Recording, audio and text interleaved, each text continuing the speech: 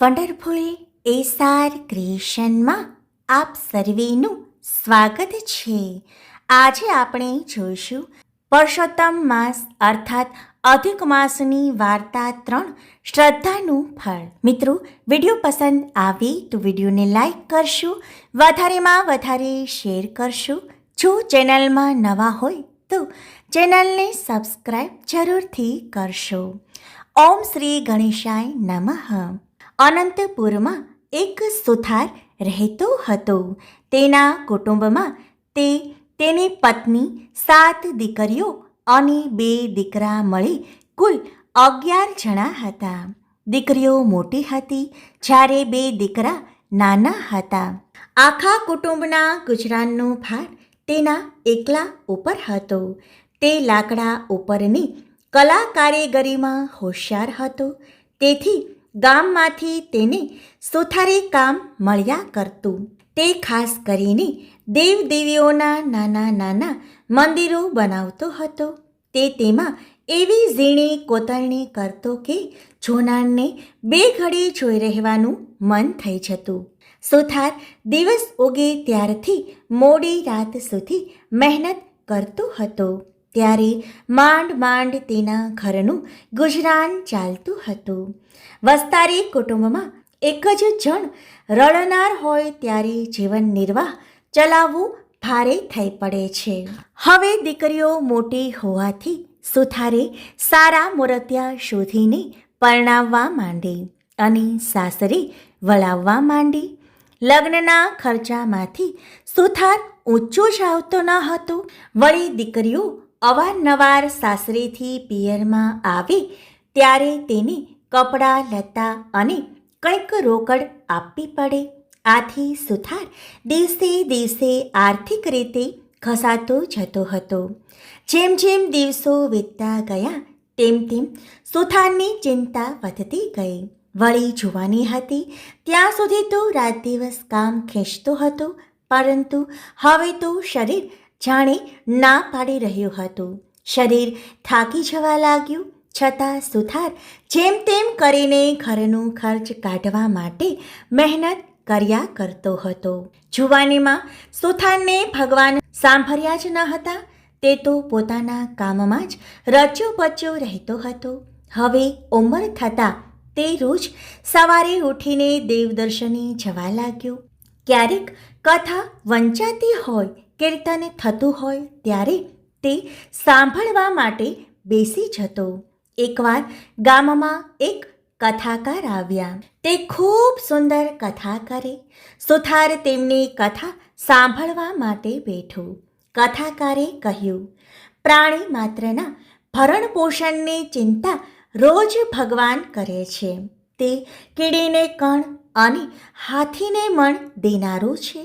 તે ભૂખ્યા ઉઠાડે છે જરૂર, પણ કોઈને ભૂખ્યા સોડાવતો નથી. છતાં માણસ ચિંતામાં ને ચિંતામાં આખી જિંદગી પસાર કરે છે. તે ભગવાન ઉપર ભરોસો રાખતો નથી. ભગવાન ઉપર ભરોસો રાખનાર કદાપી દુઃખી થતો નથી. ભગવાનને તેની ચિંતા કરવી પડે છે. કથાકારના આ શબ્દો સાંભળી સુથારને પસ્તાવો થવા લાગ્યો. તે વિચારવા લાગ્યો કે આખી જિંદગી ઢસરડો જ કર્યો. કોઈ દિવસ શાંતિથી બેસી ભગવાનનું નામ જ ન લીધું. હજુય સમય છે. ભગવાનનું નામ લઉં, તેનું ભજન કરું, તેનું સ્મરણ કરું તો આ અવતાર તો એળે ગયું, પણ પરલોક તો સુધરી જ જશે. આમ વિચાર કરતો કરતો સુથાર ઘરે આવ્યો અને તેની પત્નીને કહ્યું, હવે મારાથી કામ થતું નથી. એ તું જાણે જ છે. હવે તો બની શકે તેટલું ભગવાનનું નામ લઈ લઉં. ભગવાન મને બળ આપશે તો થોડું ઘણું કામ કરીશ, જેથી આપણું ગુજરાન સારી રીતે ચાલે. બાકીનો સમય ભગવાનને ભક્તિમાં ગાળીશ. 1000 હાથવાળો મારો નાથ આપણને જરૂરથી મદદરૂપ થશે. ત્યારે પત્ની બોલી, તમારું કહેવું ખરું છે. તમે ઘણું વૈતરું કર્યું. હવે ભગવાન ઉપર શ્રદ્ધા રાખી તેની ભક્તિ પણ કરતા રહો. ભગવાન જાણે સુથારની કસોટી કરી રહ્યો હોય તેમ તેની સ્થિતિ દિવસે દિવસે બગડવા લાગી. તે રોજ ભગવાનની ભક્તિ કરતો હતો, પણ સુથારે કામ મળતું નહીં. આથી ક્યારેક ઘરમાં ચૂલો ન સળગે એવી હાલત થઈ જતી. આમ થતાં પત્ની મૂંઝાઈ જતી અને પતિને 2 શબ્દો કહેવા ઈચ્છા થતી, પણ તે મૌન રહેતી.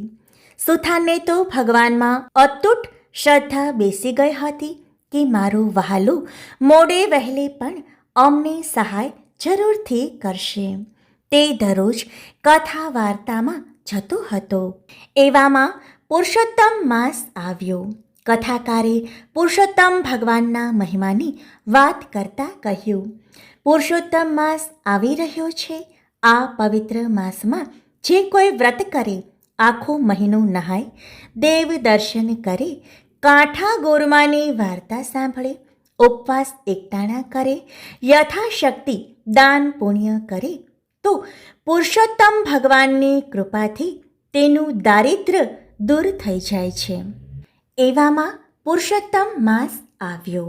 કથાકારે પુરુષોત્તમ ભગવાનના મહિમાની વાત કરતાં કહ્યું, પુરુષોત્તમ માસ આવી રહ્યો છે.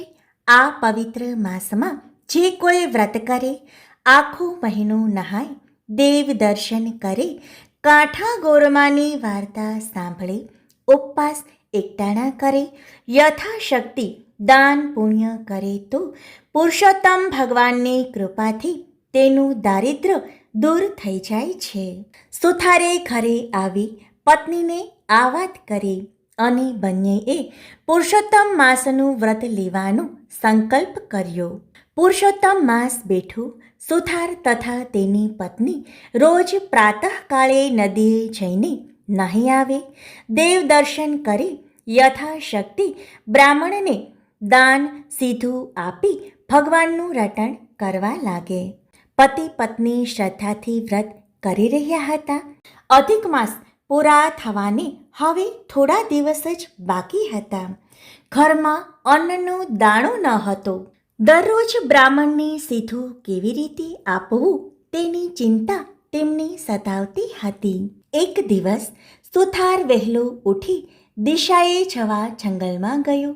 તે ઢાળ પડતી જગ્યાએ હાજત કરવા બેઠું. 2 દિવસના ઉપવાસ હતા. વળી ઢાળ હતો, તેથી સુથારે પડી ન જવાય એટલા માટે એક સાખરાનું મૂળિયું પકડી રાખ્યું. મૂળિયાને આમ તેમ હલાવવા છતાં તે ઉખડી ગયું અને ત્યાં ખાડો પડ્યો. તેમાં કંઈ ચળકવા લાગ્યું. સુથારે ચળકાટ જોયો, પણ હજુ અંધારું હતું, તેથી તેને સમજ ન પડી કે અંદર છે શું. તે તો ત્યાં બેસી રહ્યો. થોડું અજવાળું થતાં તેણે જોયું કે ખાડામાં હીરા પડ્યા હતા. તે જ ચમકી રહ્યા હતા. તેનો સુથારને ખ્યાલ આવ્યો. સુથારે આનંદ અને હરખ સાથે હીરા ઉઠાવ્યા. તેણે જોયું તો તેની નીચે સોના મહોરો પડી હતી. માટી કાઢીને ખાડો જરા ઊંડો કર્યો તો તાંબાનો ચરો દેખાયો. આખો ચરો સોના મહોરોથી ભરેલો હતો. આ બધું જોઈ સુથારના આનંદનો હવે પાર રહ્યો ન હતો. પછી વિચાર આવ્યો કે આ તો દાટેલું ધન, આ મારાથી ના લેવાય. મારા ઘરમાંથી ચરુ નીકળ્યો હોય તો તે મારા હકનો ગણાય, પણ આ તો પાદરે પડેલું ધન, મારાથી ન લેવાય. હાલમાં પુરુષોત્તમ ભગવાનનું વ્રત કરું છું, તેથી પરધન લઉં તો પાપી કહેવાવ. આમ વિચારી સુથાર ચરો લીધા વગર ઘરે પાછો ફર્યો. સુથાર રોજ દિશાએ જતો, પણ બહુ વાર લાગતી નહીં. પણ આજ ઘણો સમય થવાથી સુથારની પત્ની ચિંતા કરતી બારણે ઊભી ઊભી સુથારની પ્રતીક્ષા કરી રહી હતી. સુથારે ઘરે આવીને પોતાની પત્નીને સોનાના ચરોની વાત કરી. પત્ની તો આ વાત સાંભળીને રાજી રાજી થઈ ગઈ. દાટેલું ધન હાથમાં આવવા છતાં પતિને ખાલી હાથે પાછું ફરેલું જોઈ એ તો ગુસ્સો કરીને કહેવા લાગી, તમે તો સાવ ભગત થઈ ગયા. તમારે ક્યાં ચોરી કરવાની હતી વળી? અરે રે, ઘર બેઠા ગંગા આવી અને તમે તો કોરા જ રહ્યા. અકર્મીનો પડ્યો કાણો જ હોય. ચાલો મને દેખાડો એ જગ્યા, હું એ ચરુ લઈ આવું. ત્યારે સુથાર કહે, એ તો અણહકનું ધન કહેવાય, એ લઉં તો મારી ભક્તિ એળી જાય. હવે તેલ તાવડું છોડો અને ચાલો મારી સાથે. લક્ષ્મી ચાંદલો કરવા આવે છે, એને વધાવી લો. ભગવાન ઉપર મને શ્રદ્ધા છે, પારકા ધનને હું હાથ નહીં અડાડું. તારે જોઈતું હોય તો જઈને લઈ આવ. મારા ભગવાન મને ન્યાલ કરવો હશે તો ઘરમાં બેઠા બેઠા ધનનો વરસાદ વરસાવશે. આ સાંભળીને પત્ની તો હવે કપાળ કૂટવા લાગી, પણ સુથાર એકનો બે ન થયો. પત્નીએ બહુ જ ધમપછાડા કર્યા ત્યારે તેણે તે સ્થળની નિશાની આપીને કહ્યું, તારે ચરુ જોઈતો હોય તો લઈ આવ, હું તો નહીં જ આવું. સુથારણે જવાની તૈયારી કરી એટલે સુથારે કહ્યું, સૂર્યોદય થતાં જ નદીએ નાહવા જવાનો આપણો નિયમ છે. જો એ નિયમ તૂટશે તો ભગવાન નારાજ થશે. છેવટે સુથારણે જીદ છોડી બંને નદીએ નાહવા ગયા. જ્યારે સુથાર અને તેની પત્ની ઊંચા અવાજે સોનામહોરો ભરેલા ચરુની વાત કરી રહ્યા હતા ત્યારે તેમની બંનેની વાત પડોશમાં રહેતો વાળંદ સાંભળતો હતો. જેવા સુથારણ નદીએ નાહવા ગયા કે તરત વાળંદે તેની પત્નીને ઉઠાડીને બધી વાત કરી. બંને તૈયાર થઈ ચરુ લેવા ઉપડ્યા. સુથારે વાતમાં જગ્યાની એંધાણી બતાવી હતી. તે અનુસંધાને તેઓ ત્યાં પહોંચી ગયા. ચરુવાળી જગ્યાની ઉપર તાજી માટી વાળેલી હતી એટલે તેમને તરત તેની ખબર પડી ગઈ કે અહીં ચરુ છે. બંને હાથોહાથ માટી ખોદી નાખી. તેમણે જોયું કે ખાડામાં તો મોટા મોટા વીછીઓ ખદબદતા હતા. આ દ્રશ્ય જોઈ બંને તો હેબતાઈ ગયા. તેમના આશ્ચર્યનો અને ગુસ્સાનો હવે પાર ન રહ્યો. તેમણે મનમાં નક્કી કર્યું કે સુથારણે અમારું જૂનું વેર વાળવા માટે વીછીઓ કરડાવવાનું આ કાવતરું ઘડી કાઢ્યું છે. બસ હવે અમે તેને ખબર પાડી દઈએ ત્યારે જ ખરા. આવો વિચાર કરી તેમણે ખાડાવાળી માટીમાંથી વીછીઓ ભરેલ ચરુ પોતાની સાથે લાવેલ ચાદરમાં બાંધી પોતાને ઘરે લઈ આવ્યા. એ ચરુ લઈને વાળંદ છાપરે ચઢી ગયો અને સુથારના નળિયા ખસેડીને ત્યાં બેઠો. સુથાર અને તેની પત્ની સ્નાન કરીને પાછા ફરે છે.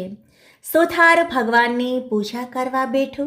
લાગ જોઈને વાળંદે ચરુ ઊંધું વાળી દીધો. ખડેંગ ખડેંગ કરતી સોનામહોરો વરસી પડી. સુથાર અને તેની પત્ની તો હેબતાઈ ગયા. સુથારની આંખમાં આંસુ આવી ગયા. અરે રે, ભગવાને મારા માટે કેવું કષ્ટ લીધું. મેં ઘરે બેઠા ધન માંગ્યું તો તેમણે છાપરું ફાડીને સોનામહોરો વરસાવી. સુથારને પુરુષોત્તમ ભગવાન ઉપર અપાર શ્રદ્ધા હતી. તેથી તે એમ સમજ્યું કે ભગવાનનું વ્રત ફળ્યું છે. ભગવાનને ખુશ થઈને ઘરે બેઠા જ લક્ષ્મી મોકલી છે. હવે ધન લેવામાં કશો જ વાંધો નથી. તેથી સુથાર અને સુથારણે બધી સોનામહોરો એક કોઠીમાં ભરી દીધી. થોડા હીરા હતા તે દાબડીમાં મૂકી દીધા. સુથારણ બોલી, હું તમારું કહેવું માનતી ન હતી, પરંતુ તમારી શ્રદ્ધા ફળી ત્યારે માનવું પડે છે કે ભગવાન ઉપર જે શ્રદ્ધા રાખે છે તે ફળ્યા વગર રહેતી નથી. આ બાજુ અદેખો વાળંદ અને તેની પત્ની રાહ જુએ છે કે હમણાં સુથારના ઘરમાંથી બૂમાબૂમ થશે, રો કકળ થશે, ચીસો પડશે. ઘણીવાર થઈ પણ કંઈ ચીસાચીસ ન સંભળાય એટલે વાળંદ જાતે સુથારના ઘરે જોવા ગયો. જોયું તો તે બેઠું માળા ફેરવતો હતો. ધન તો જેના ભાગ્યમાં લખાયું હોય તેને જ મળે છે. સુથારના ભાગ્યમાં ઘેર બેઠા ધન મળવાનું લખેલું, તેથી વાળંદે ચરુ ઉપાડી લાવીને તેના ઘરમાં ઠાલવ્યું. ખરેખર ભગવાનની લીલાને કોણ પાર પામી શક્યું છે? સુથારણે ધન મળ્યાની વાત કોઈને જણાવી નહીં, પરંતુ તે ધનનો ઉપયોગ તે સારા કામમાં કરવા લાગ્યો. હવે તેની પાસે ધન આવવાથી તેઓએ પુરુષોત્તમ વ્રતનું ઉજવણું સારી રીતે કર્યું. ઘણા બ્રાહ્મણોને જમાડ્યા, દાન દક્ષિણા આપી અને અનેક સદાવ્રત બાંધ્યા. તેઓ હવે આખો સમય ધર્મ, ધ્યાન, કથા, કીર્તન અને ભગવાનના ભજનમાં ગાળવા લાગ્યા. હે પુરુષોત્તમ ભગવાન, તમે જે સુથારણને ફળ્યા તેવું તમારું વ્રત કરનાર, કથા વાંચનાર, સાંભળનાર સૌને ફળજો. બોલો શ્રી પુરુષોત્તમ ભગવાનની જય.